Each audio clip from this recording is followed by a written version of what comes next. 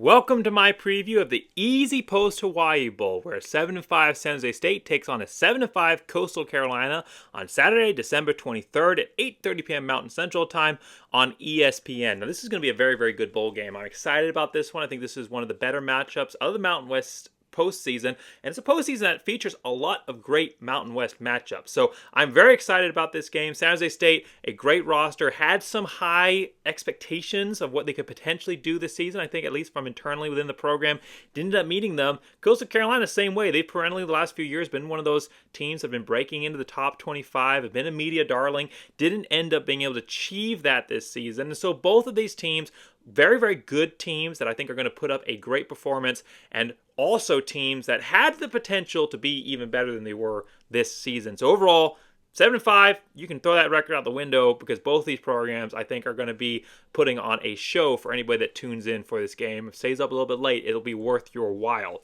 I will say, though, up front, before we get into the rest of the preview here, we're going to go through the opt-outs and transfers because that's been a big storyline for bowl season this year, and it will continue to be for the ongoing future, the way the transfer portal is working. The series history between the two teams, key players for both programs, keys to the game for both programs, what they need to do to win, and the score prediction at the end. However, before we get into any of that, I want to put out a disclaimer.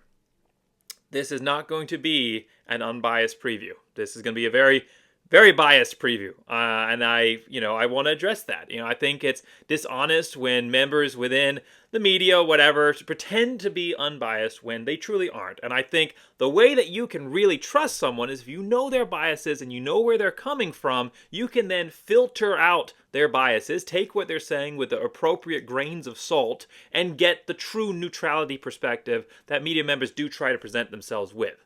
So, to have that out in the open, obviously, Mountain West channel, Boise State focused channel, so I'm going to be heavier on the Mountain West side. But in addition to that, in addition to being a passionate number one Boise State fan, I'm also a passionate number one Liberty fan. And Coastal Carolina is our hated, most bitter rivals, and I absolutely cannot stand the beach chickens, as we like to call them. Of course, they're the Gamecocks, but the Chanticleers. Sorry, not Gamecocks. I forgot what their real mascot was for a second there. The Chanticleers, but we like to call them the beach chickens. I absolutely cannot stand Coastal Carolina. I absolutely hate that program. They're one of my top 5 most hated programs out there, along with some of Boise State's rivals as well, and then just a couple of teams across college football that I can't stand. So I'm going to put that out there in the beginning. If any Coastal Carolina fans are watching, there is going to be stuff in this video for you as well. It's an equal split perspective for both teams, but I want to have that out there that I cannot stand your football team. So, bias thrown in the beginning, clearly stated, major Liberty fan. It's all out. We can move on with the preview. So, Coastal Carolina is not the favorite team. Utah State is a favorite team in this game. I just did the Utah State preview. San Jose State is a favorite team in this game, given a 57.2% chance of winning and favored by 10 points per Vegas. And a big reason for that, in addition to San Jose State having a solid roster, is that their quarterback for Coastal Carolina, both quarterbacks actually, one of their top running backs and a linebacker, in addition to, I believe, some other guys that have also transferred out since I put this video together. There's so much transfer portal stuff happening that even if you prep a video like a day before, other stuff ends up happening.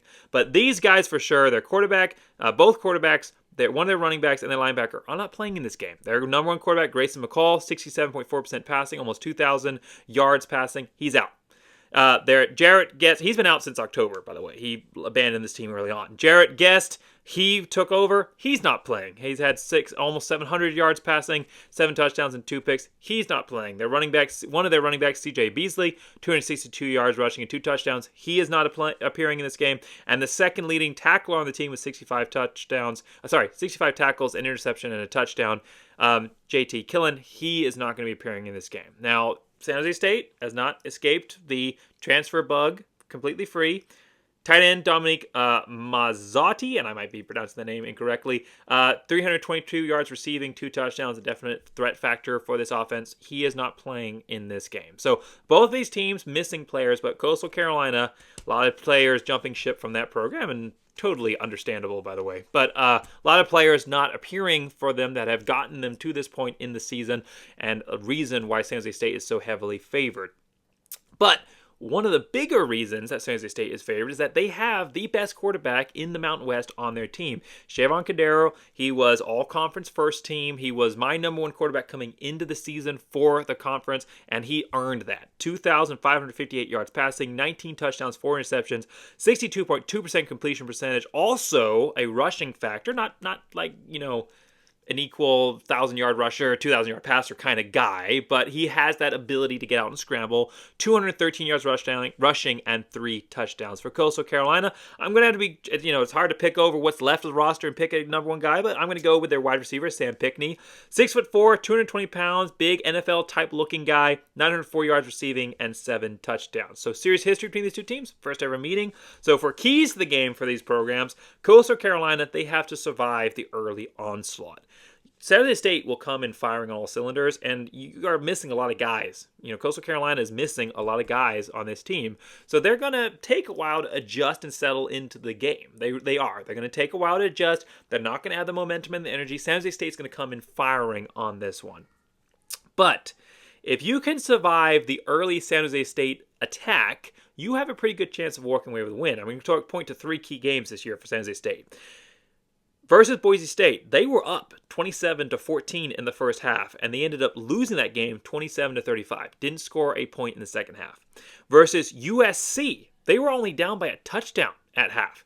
I had been preseason talking up San Jose State, looking at their roster, looking at their quarterback capability, and saying that they could be one of the top teams in the conference. I'd have to go back and look, but I believe I put them in the Mountain West Championship in my preseason preview. So, at halftime, I put out on Twitter saying, hey, all the people that said, I didn't have them in the preseason Mountain West Championship, but I actually had them beating Boise State. That's what I had. I was predicting a win for San Jose State versus Boise State. That's what got everybody on Boise State Twitter freaked out, because I said that they were going to lose to San Jose State. I actually was predicting a record similar to what San Jose State ended up having, but sorry. Anyhow, 14-21 versus USC at halftime. I go on Boise State Twitter and I say, hey, just want to, point to this game and say, San Jose State, not the underperforming program that you guys all thought they were going to be.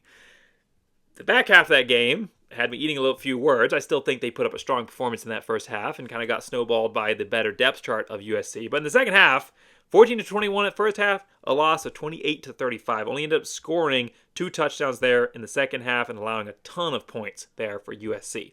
UNLV, a team that they were up 17-7 versus, had to eke out a win 37-31. So that one turned out in their favor, but they were one drive away from not winning that game. So if you can survive that first half onslaught, you will have an opportunity to win this in the second half. For San Jose State, it's kind of the reverse side for their key. Don't let off the gas. Coastal likely to be overwhelmed in this one, but they will get the offense going eventually. This Coastal Carolina offense, it's the same one that Liberty runs, because Liberty stole Coastal Carolina's head coach and he brought their incredible offense over to our team. Love to rub that in. Jamie Chadwell leaves the terrible cesspool that is Coastal Carolina and comes over to Liberty and has an incredible season, and now they're going to play in a New Year's Six. But Coastal Carolina's offense is tough to stop. It doesn't matter. Grayson McCall, I think he's going to go elsewhere. I don't believe he's going to be the top-level quarterback that he was at Coastal Carolina. I think a lot of what Grayson McCall has been able to do has come from the offensive system that has set him up for success. So Coastal Carolina, they will replace their pieces here, and they will get their offense going. It's going to take them maybe a quarter, I think, to get into the flow, but eventually they're going to get you. So San Jose State, you'll probably have some kind of lead at halftime. You cannot let off the gas. I don't care if Coastal Carolina is down by 3 touchdowns. If you do not come out pounding in the second half like you're down by a score and have to win it, you might end up at the end of the game down a score and not winning this game. They are very, very hard to stop. You have to play 0-0 all the way through and lean into the arm of Cordero. Don't come out just running the ball. Lean into his abilities and his passing abilities throughout this matchup. So, when comparing and looking at these two teams, well, for San Jose State, they have a lot of momentum coming into this game. A lot of momentum. They're on a 6-0 run. They beat UNLV. They feel cheated because preseason, I didn't say they were going to the Mountain West Championship game. I thought they would be a contender for it. They ended up being a contender. They beat UNLV the team that Boise State beat in the Mountain West Championship game, they beat them towards the end of the season. And then there was a three-way tie between Boise State, UNLV, and San Jose State, all of them beating different elements of each other. And there was a three-way tie that was determined by computer rankings to determine who got to the Mountain West Championship game. Boise State slightly edging out San Jose State for that one and getting in ahead of them. But San Jose State thought they should have been in ahead of UNLV, and head-to-head, they won that game. There's a good argument for San Jose State being in that bowl game, and I will tell you this, when I saw that Boise State was playing UNLV instead, I was so relieved, because I thought San Jose State could beat us. I think we'll beat UNLV. I was very confident we beat UNLV. I would have been a little bit on the fence about whether or not we would have taken San Jose State in round 2 when they would have been a little bit more prepared when they were really close to beating us in round 1. So for this game, San Jose State has a lot going for them, but they have a tough bowl history. In 2020, they win the Mountain West, and then they lose to Ball State, 13-34. And then, I believe it was last year, they go to the Potato Bowl, and they lose to EMU in a big blowout. They have, the last few years, they have not played well in the postseason, even when they've been the favorite team coming in. And again, they're favored by a lot coming into this one. And they have a tendency to let teams come back, and Coastal Carolina is a team that they will get you if you let them come back.